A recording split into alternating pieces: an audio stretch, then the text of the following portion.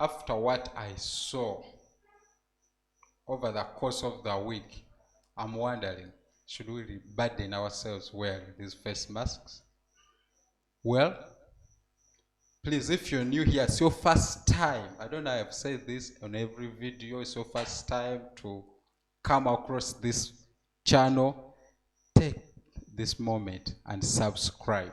And also, don't forget to hit that notification button so you will not miss a single video from us. You see, over the week, the media has been awash by the story of a prominent blogger, young man, Ashbag Kato, defected. No, what? That's not what I'm talking about. But what caught my attention about that particular story is the photo that was circulating on the media with Ashbag Kato, then the president, Baram, and some other guys. No, the photo was congested. It was like, you guys, you've just fallen in love. You have this girl, mwekute.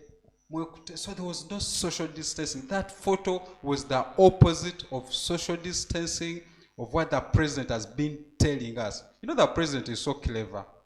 When he's addressing the nation, one minister sits here, or the other one sits here, the other one sits there as he sips his cup of porridge, But that's what I saw in that video, that image is a total opposite. So why should we burden ourselves wearing masks when the president and the people is going to meet, that they don't wear them? Does that make sense? Is coronavirus really a serious issue in this country? Because I'm beginning to question whether if it is that serious, how can the fountain of honor, the president, risk meeting people without wearing a face mask? Because ultimately they say a face mask helps me not spread the virus to people who are not infected.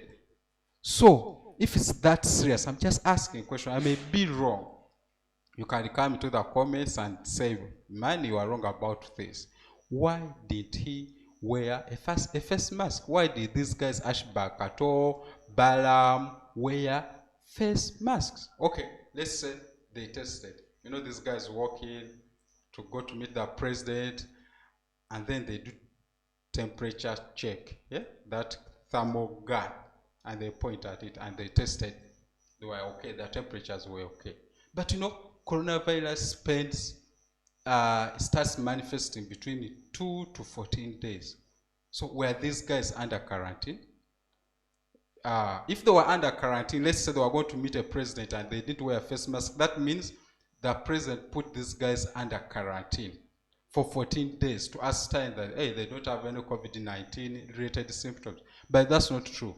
Baram says, in the video I saw, he says, these guys reached out to him that they wanted to see the president. So that rules out the possibility that these guys were under quarantine for 14 days. So why should we bother ourselves being uncomfortable with these face masks all over us and then social distancing when the big people don't practice what they preach? Or it's just a saying that people normally say, please do what I tell you, but don't do as I say. Don't do as I do, right? But also science, and sometimes I'm not a firm believer in science. Science says that the virus stays in air for 14 minutes. So if we social distance, we social distance 6 meters, 6 feet. So I'm just imagining how long can it take me? If a guy is 6 meters ahead of me, how long does it take me to cover that distance? Does it take me that long, 14 minutes? No, I'll cover that distance in probably less than a minute. So is social distance really the issue? My last video, you guys, I told you the only solution, and I'm surprised people, guys at the ministry, are not preaching it.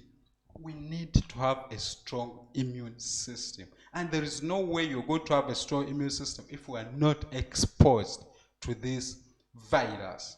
Staying at home, actually, wearing masks actually weakens our chances of developing an immune system, a strong immune risks. Reduces our chances of exposure and ultimately reduces our chances of boosting our immune system. At this moment, government should be coming out to say, people, you need to eat these kinds of foods. You need to eat like this. You need to exercise. You need to boost your immune system, because that's the only way we are going to contain this virus. There is no vaccine that is going to come out. I'm sorry to tell you, there is no vaccine, because the nature of this virus keeps on mutating. It's like a flu. All trials of vaccines for flu have miserably failed. So we're not going to have a vaccine. I'll be wrong and I'll come back and I say, guys, I was sorry, the vaccine has come out, but I strongly doubt. Well, this is Hudu's perspective. You have to learn to live with a virus. And here I'll bring you uncensored, bold commentary. Thank you for watching. See you.